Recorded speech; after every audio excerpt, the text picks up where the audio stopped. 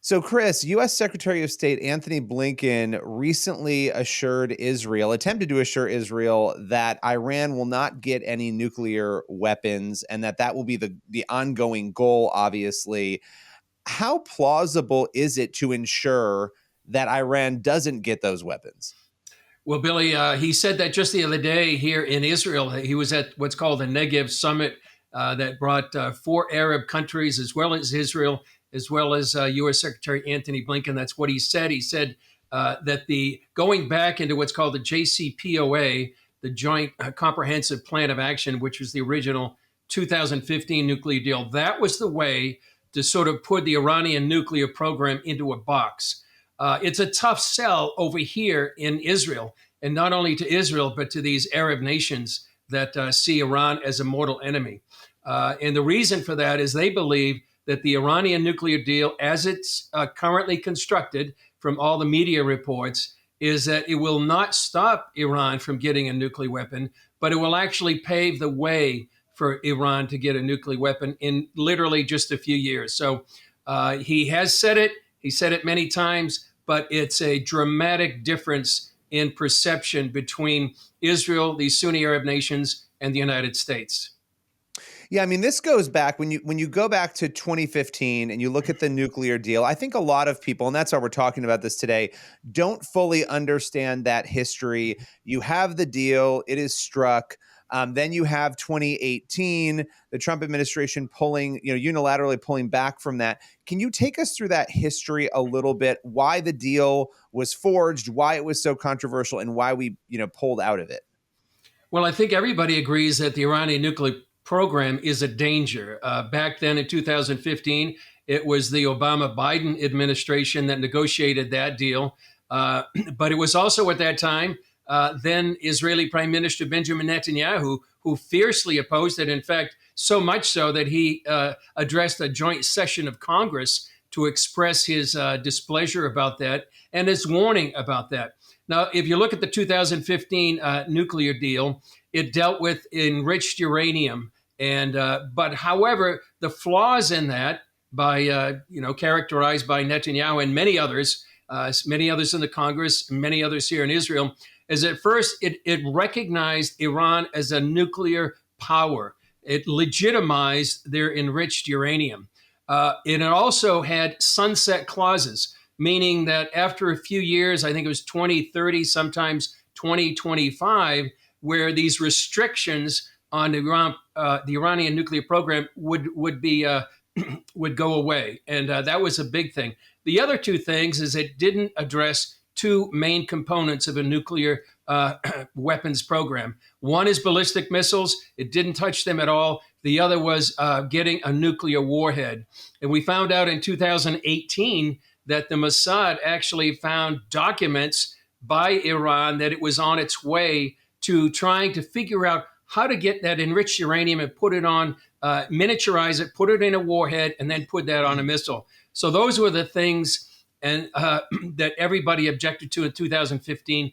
Fast forward 3 years later, Billy, was 2018 when President Trump and his administration, Secretary of State Mike Pompeo as well, felt it was one of the worst deals in history. So they got out of the deal and they put what was called maximum pressure sanctions on Iran. And they really did restrict Iran's economic empire, its ability to trade on the world market, and actually was restricting Iran dramatically. But then everything changed again after the election of 2020, January of 2021. The Biden administration started reversing it. You could say it's, Biden administration was 2.0 after the Obama-Biden administration for the Iranian nuclear deal. Here we are almost a year later, and people are warning. And I just talked the other day to a former Israeli ambassador to the U.S., Michael Oren, who says this will not only pave the way to Iran getting one nuclear weapon, but an arsenal of nuclear weapons.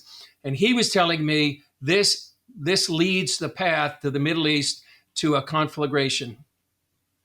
Well, and it's interesting because there seem to be some issues with the negotiations. I mean, they've been going on, and you're seeing some people come out and say, "I don't know if we're ever going to get there." So, regardless of what people think about the agreement, the fact remains it seems like they're not able to really get to a place where they can even strike an agreement. Can you speak to that at all? What is it that is dragging that out?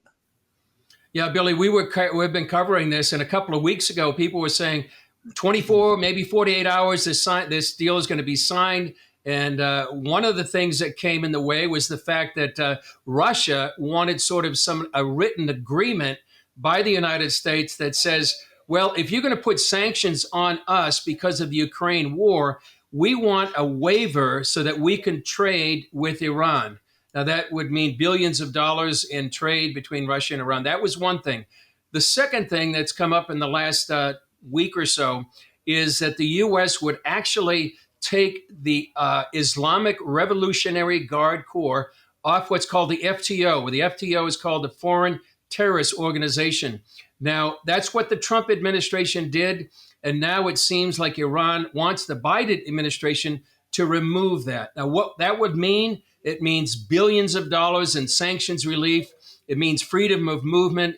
It would take sanctions off Iran's president, Raisi, who's known as the Butcher of Baghdad.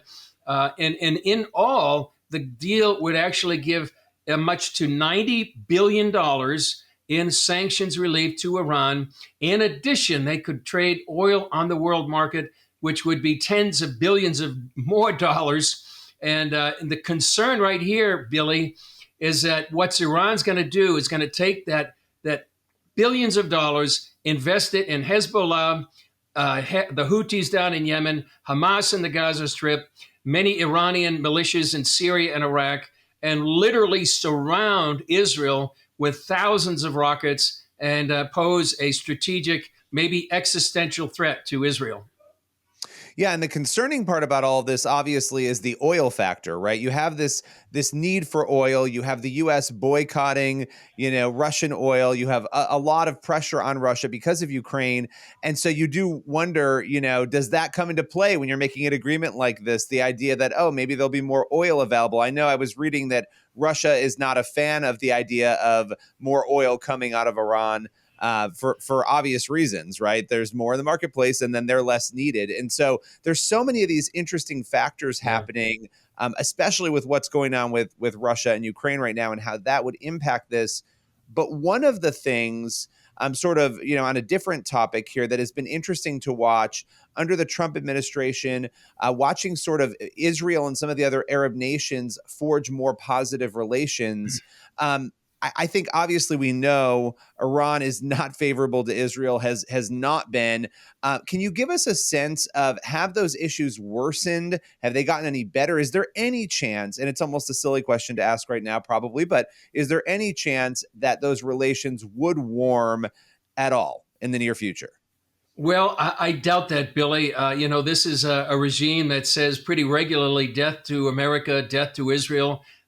Cursed be the Jews. They were saying that just the other day. So I think there's a deep commitment, part of the DNA of this Shiite ideology there in Iran, that Israel needs to be wiped off the map. And this nuclear program could be one of the means to go ahead and do that. They've been saying that for decades. I mean, perhaps go back to 1979 to the Islamic Revolution there in Iran. And I think this is all part of their spiritual, political, military DNA that Israel needs to be wiped off the map. I remember speaking to an Iranian expert many years ago. He's born in Iran, and he said that what their goal is, first to wipe out Judaism, that's Israel. Their second goal is to wipe out Christianity, that's the United States. That's why they say death to America, death to Israel. On the other hand, Billy, there are warm relationships going on between many of these Sunni Arab nations. The Negev summit the other day was a reflection of that. So you have, the UAE, Bahrain, Saudi Arabia, not publicly, but certainly behind the scenes. You have Egypt as well. You have Morocco. And they're not only getting diplomatic relations, they're getting economic relations, and perhaps more telling than that, they're developing military agreements between themselves. to defend against the Iranian missiles or drones. And I think this is sort of what's happening right now. And somebody, I know we both know Joel Rosenberg, he described it in a weather analogy where you have a high pressure area of all these nations getting together with Israel, warm relations, something unprecedented, something so welcome around the world. On the other hand, you have this low pressure area of nations like Russia and Iran, perhaps even China too, that present a very, very dangerous threat to Israel and the whole region. So I don't want to belabor the point because you just presented a number of things to be concerned about. But when you look at all of this and the deal that is being negotiated specifically, what is the thing that makes you the most concerned? Well, when I talk to experts, Billy, and recently, and I've talked to, like as I said, Michael Oren. I talked to another one from the Foundation for Defense of Democracies. The main concern is that if this deal is signed, that it really will lead to a conflagration here in the region. And here's why. Because what this deal does, if it really puts Iran, as many here in Israel believe it does, on a path not only to one nuclear weapon but an arsenal of nuclear weapons, it puts Israel in the position. What are we going to do? This represents an existential threat to the Jewish state.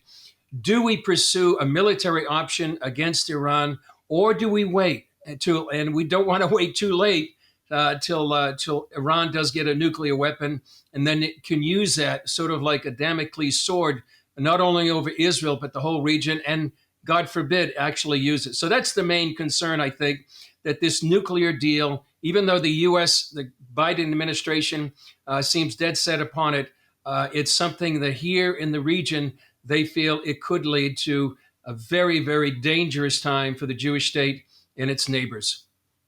Well, Chris, thank you so much for breaking down this important issue with us today. Great to be with you, Billy. And pray for the peace of Jerusalem.